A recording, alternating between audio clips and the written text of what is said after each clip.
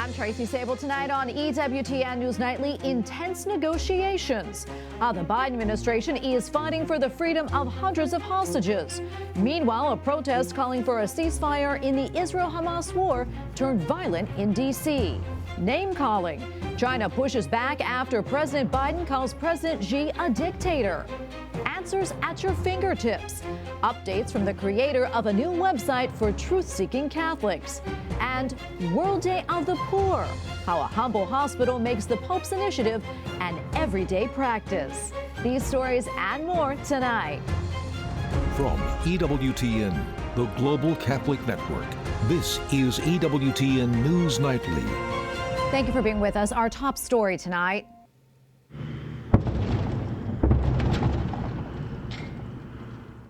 As the war in the Middle East rages on, the IDF reports they recovered the body of an Israeli hostage near the Al-Shifa hospital. This as the military spends a second day searching the medical facility they say is a site of a Hamas control center. This is video which Israeli forces claim is evidence, weapons and explosives found in the complex. Meanwhile, the head of the International Red Cross says people are trapped in Gaza City. We're getting a lot of calls from civilians who are now trapped in the fighting in Gaza City, and they are pleading to be evacuated. But unfortunately, the security conditions are just simply not allowing it, even for our teams to be able to move around in these parts of Gaza. Police and protesters clashed outside of the Democratic National Committee headquarters late last night. The pro-Palestinian supporters want a ceasefire in the war between Israel and Hamas.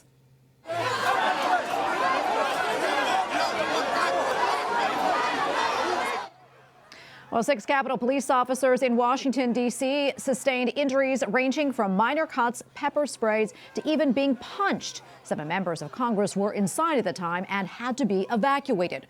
One person was arrested for assaulting a police officer.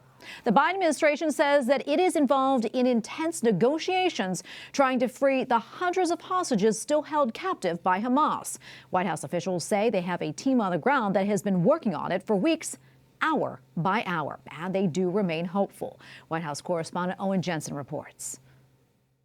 Tracy, just last night at a news conference in California, President Biden said that Hamas wants to repeat what it did back on October 7th.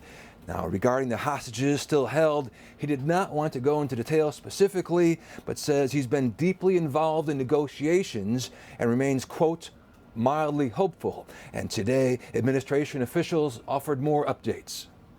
In California, President Joe Biden, attending the APEC conference, addresses a group of CEOs worried about their businesses.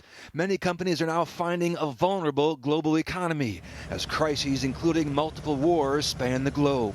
The choices we make are going to matter, it's not hyperbole to suggest, for the entire world. Meanwhile, back in Washington at the State Department, an update on the hostage situation in Gaza. President Biden has resisted calls for a ceasefire, instead saying there should be pauses in the fighting to facilitate the delivery of humanitarian assistance and the potential extraction of hostages. Simply, what's the latest on the efforts to get the hostages freed? The Secretary has been engaged in it. Other members of the administration at the senior-most levels have been engaged in it, but it is just not a topic we find productive to talk about publicly in terms of details. Earlier, National Security Council spokesman John Kirby described hostage negotiations as intense and ongoing. Hopefully they'll come out the right way, and we'll have good news to talk about with multiple hostages getting freed. But we don't have a deal right now. Back in San Francisco, fresh off his meeting with Chinese leader Xi Jinping, President Biden had this exchange with a reporter last night. After today, would you still refer to President Xi as a dictator? This is a term that we used earlier this year. Well, look, he is. I mean, he's a dictator in the sense that he is a guy who runs a country that is a communist country that is based on a form of government totally different than ours. China's foreign ministry called the comments extremely wrong and irresponsible political manipulation. But today, all smiles for the cameras as President Biden and other world leaders take a family photo at APEC. The U.S. and China also agreed to combat illegal fentanyl and reestablish military communications. However, there are still deep differences on economic competition and global security threats. One positive sign, China will send the U.S. new pandas. This happening just a week after 3 from the Smithsonian National Zoo were returned to China. At the White House, Owen Jensen, EWTN News Nightly. A bipartisan ethics committee report concludes there is substantial evidence that New York Republican Congressman George Santos violated federal law by using campaign funds for personal use. Seems to me that George Santos is unfit to serve as a member of Congress based on the clear lies that he had told to the people of the 3rd Congressional District in New York. He is a serial fraudster. The committee did not recommend any specific disciplinary action, leaving that decision up to Republican leadership. But the findings are likely to prompt calls to expel him from Congress. Outside his office, members of the press waited for a comment, but he was a no-show on Capitol Hill. Congressman Santos has announced that he will not seek re-election in 2024. The government is now funded until early next year, but some House Republicans are not happy with House Speaker Mike Johnson and are demanding he come up with a plan over the Thanksgiving recess that keeps conservative principles. Capitol Hill correspondent Eric Rosales has more. Good evening. More House Democrats voted for the government funding bill than did Republicans, and that set off alarm bells among some GOP lawmakers. They're upset because it doesn't include spending cuts, and members of the House Freedom Caucus have now put Speaker Johnson on notice. Fight for conservative values or else. So we're sending a message right now. We expect that fight when we get back from Thanksgiving. We need a plan to reduce spending overall from 23 to 24, pay for any supplemental spending, stop spending blank check money to Ukraine, stand with Israel, hold the Senate in check, and do what we need to do to secure the southern border. So we've had enough. We're sending a shot across the bow. We do this in good faith. We want to see these bills move. We want to see good, righteous policy. I asked House Democratic leader Hakeem Jeffries about the GOP infighting. The House Republican reality show is out of control right now. And it is undermining the ability of the Congress to solve problems on behalf of hardworking American taxpayers. Congressman Matt Gaetz, who's not part of the Freedom Caucus but often sides with them, tells me he's also fed up with some of his Republican colleagues. Are you fighting for less spending? Well, then let's actually vote for and pass the amendments that cut spending. Are you fighting for a secure border? Then you've got to be willing to shut down other parts of this government to get the changes on the border we have to have. So I think that's where I hope people's priorities get appropriately aligned. Meanwhile, Senate Democrats are praising the outcome. I am pleased that Speaker Johnson realized he needed Democratic votes to avoid a shutdown. If the Speaker is willing to work with Democrats and resist the siren song of the hard right in the House, then we can avoid shutdowns in the future and finish the work of funding the government. Bottom line, we could see another standoff come mid-January when the first part of the government funding expires. That's only 8 weeks away. Meanwhile, congressional leaders say that they will start working on an aid for Israel, border security, and possibly more funds for Ukraine when they return from the Thanksgiving break. At the Capitol, Eric Rosales, EWTN News Nightly. Joining us now is Republican Congressman Mike Lawler from New York. Congressman Lawler, good to be with you again. So what did you think about House Freedom Caucus putting Speaker Johnson on notice? Well, look, I think my colleagues in the House Freedom Caucus need to recognize that we are in a 221-seat majority. And we either are going to sink together or swim together. We have to govern. And to constantly snipe at leadership, to constantly, stomp your feet when you don't get your way, is not actually serving a purpose. And it's not helping us accomplish what the American people elected us to do. They elected us to serve as a check and balance on this administration, to rein in the reckless spending, to secure our border, to deal with the international crises that have been created, in part by the policies of this administration, to increase domestic production of energy. Those are the issues that we ran on, that we won on, and we need to be focused on. And so, the idea that they're putting the Speaker on notice after removing Speaker McCarthy with the help of 208 Democrats, frankly, is a joke. Yeah, Senate Democrats blocked a spending bill that included aid to Israel. Will House Republicans try again with another bill? And would it include funding for border security and aid to Ukraine as well? Well, obviously, we passed a supplemental aid bill to support Israel with $14.3 billion and a pay for within the provisions of that bill. We are going to deal with Ukraine and the border, and obviously ultimately get aid to Israel. All of this is going to be negotiated as part of the appropriations process. But we need to come to a resolution on it.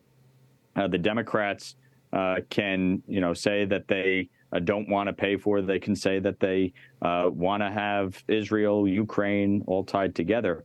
But we have to negotiate, and that's what happens in a divided government. Same thing I would say to my colleagues on the right. We need to negotiate, and we need to find a resolution forward on these important issues. Congressman Lawler, I want to talk about this infighting and wondering if you're concerned that it could affect the 2024 election and maybe even cause the Republicans to lose the House.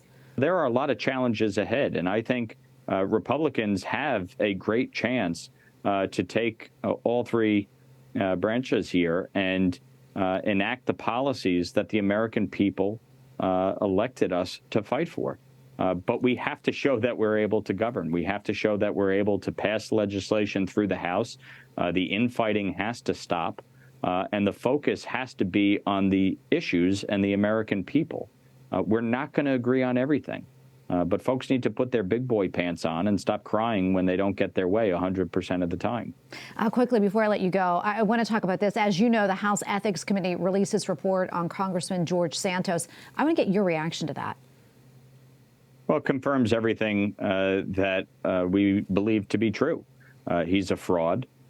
He defrauded the voters. He defrauded donors. He defrauded the NRCC.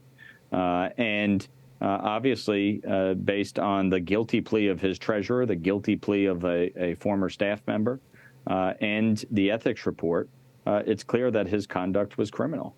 All right, we're going to leave it right there. Congressman Lawler, thank you so much for your time. We appreciate it. Thank you. For more, let's bring in Vince Clines, editorial director of the Daily Caller. Vince, great to be with you again. All right, first off, let's talk about what's not in the bill in terms of funding for Israel, Ukraine, and the border. Were you surprised at all? I'm not surprised that it didn't include any sort of additional funding because, look, this is Speaker Mike Johnson, brand new to the job. He's basically asking his rightward flank, the most conservative members of the House, the people who are actually concerned about cutting some spending for the benefit of the American people. He's just asking for their patience. He's saying, look, I want to negotiate a spending deal, a broad spending deal for the whole government.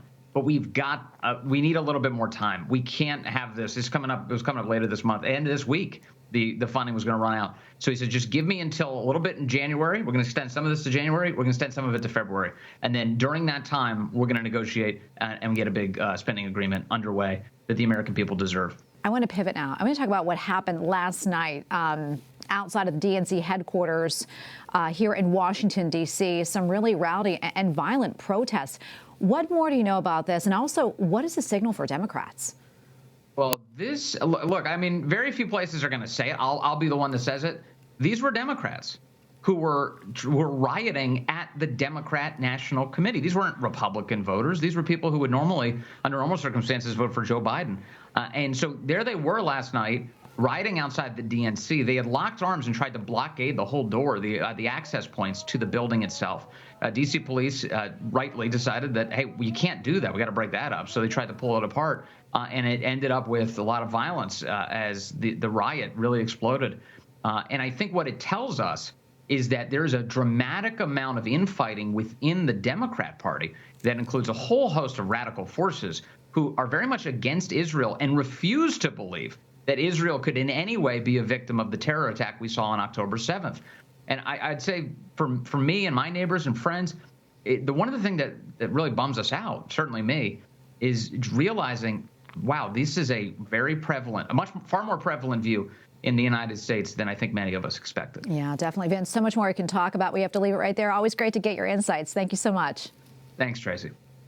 We have a lot more still to come here on EWTN News Nightly, including one website, thousands of church teachings. Creator of Magisterium AI, Matthew Sanders, is here to talk about the massive updates to the site and reports on a violent attack on a Haitian hospital.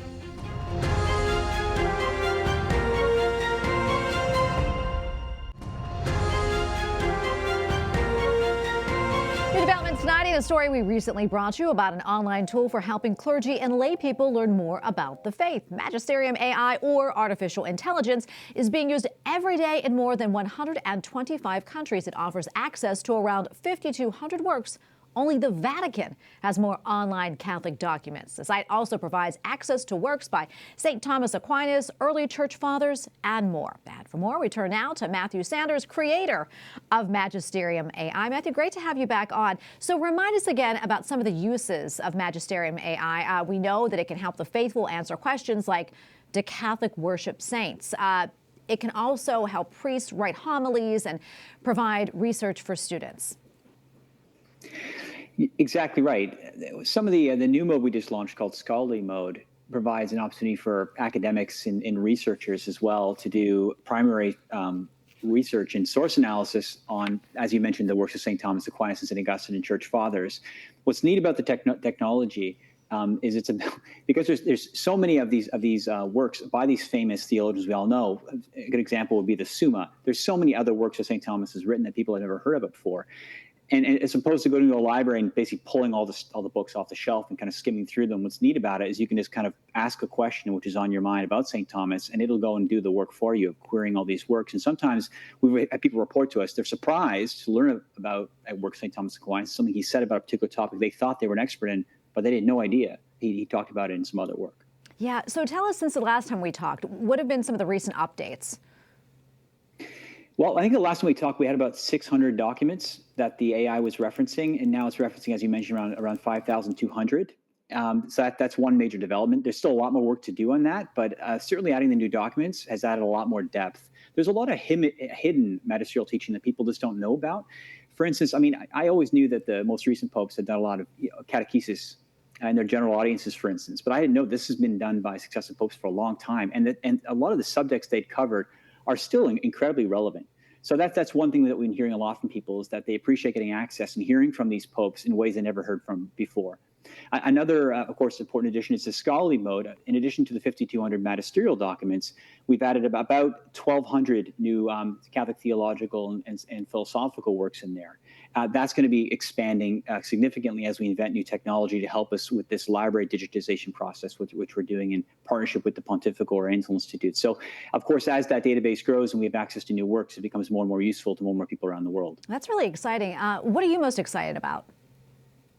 Well, I think the adoption has been something. I mean, you mentioned 125 countries. And some of those countries came as a bit of a shock to us. The United Arab Emirates was one of them. I mean, Kazakhstan, last night we had a peek in Kazakhstan, which was really fascinating. So it's just, I know this pontificate, Pope Francis, has focused a lot about reaching the periphery. And as I mentioned to you last time, that the point of this tool was to try and make church teaching more accessible and make it accessible to anyone on any device in their native language. And so it's been really, really neat is that as we've rolled this platform out and made it available in different languages, we've been seeing adoption around the world. One of our largest user groups is actually in Hong Kong, surprisingly. Wow. That is really neat. I love to hear that. Matthew, I'm curious, though, as we know, like, technology is really not fail-proof. So talk to us about maybe some of the potential downfalls to AI. AI still has a long way to go. And so, this is still very much a beta product. We've been very happy with the progress we made to date. I mean, one of the major problems with artificial intelligence systems is they're prone to hallucinate. So that's been a battle we've been dealing with since the beginning. So far, it's been very good, and we've been able to get those hallucinations down to a very small percentile. But as we add new works and we continue to upgrade the AI, it gets more and more faithful. So that's one challenge. It's just increasing people's confidence in its ability not to make things up. That's one of the reasons why we added citations into Magisterium AI from the very beginning. That was very important to us, to be transparent about where the AI's answers are generating from, so that if you think something it says doesn't sound right, you can go and check the primary sources. This is something that ChatGPT and Bard do not do yet. They will query the internet for you and give you an internet resource, but one of the things that our users said they like so much is that our AI is built on top of simply magisterial church teaching. That's all. So the references are coming straight from the documents of the church. Matthew, we have maybe 30 seconds left or so, but quickly, if people would like more information, how can they find out about that? And also, what's next? Yeah, so if you'd like to try Magisterium AI out, it's at magisterium.com. What's next is about expanding our partnerships and getting access to more and more works. We've been combing the internet as much as we can, but there's a lot of hidden treasures inside of those libraries. So as we increase our partnerships with pontifical universities and get our hands on more important theological and philosophical works, we want to make those available to our users in our scholarly mode. So stay tuned. There's lots more to come. All right. We will stay tuned. Matthew, great talking to you again. What a wonderful tool. We appreciate it. God bless. Thanks very much. Up next on EWTN News Nightly, called to honor the poor. A Vatican hospital carries out an initiative by Pope Francis and how they are taking care of those in need. Plus, abandon yourself to the Lord. Pope Francis offers words of encouragement at the annual conference of National Association of Hispanic Priests.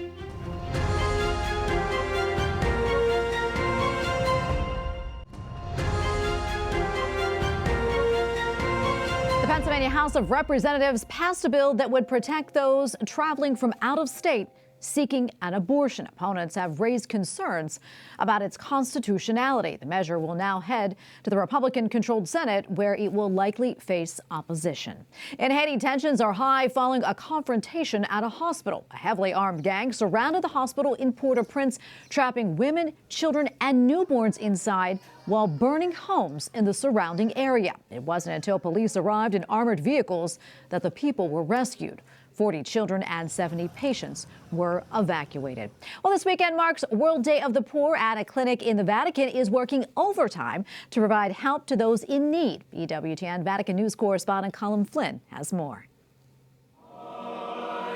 Sunday, November 19th, marks the 7th edition of the World Day of the Poor.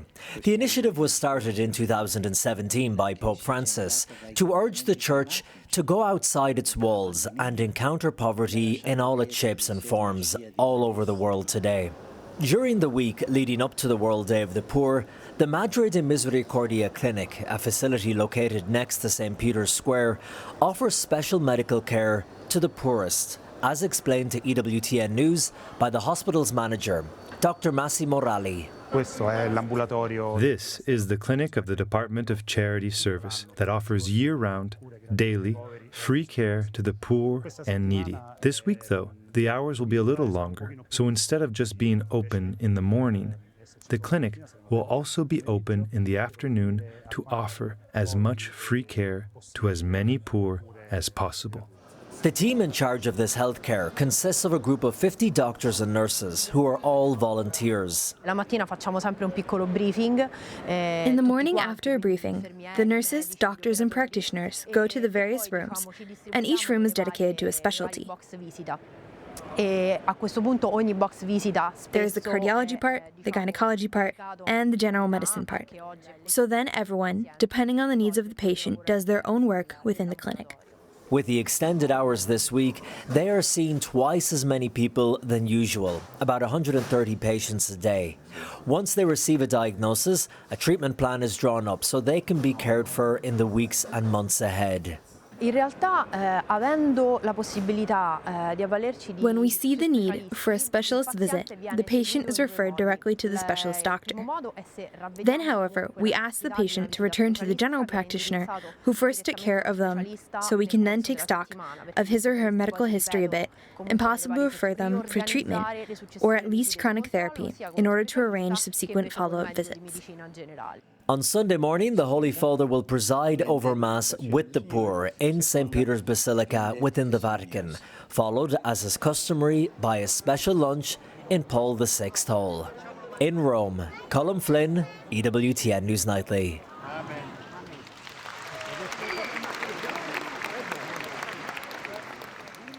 Well, finally tonight, Pope Francis issues a message of encouragement to a group of Hispanic priests from the United States. In a meeting at the Vatican, the Holy Father said the priests should abandon themselves to the Lord and not rely on well-designed pastoral proposals. Pope Francis says the Lord will bring their work to completion and make sure it bears fruit. Lastly, the Pope praised the Eucharistic revival in the United States, saying time in front of the tabernacle gives us the chance to alleviate the suffering of Christ. We thank you for watching tonight. Remember, you can follow us on social media, Facebook, X, and Instagram at EWTN News Nightly. I'm Tracy Sabol. Good night and God bless.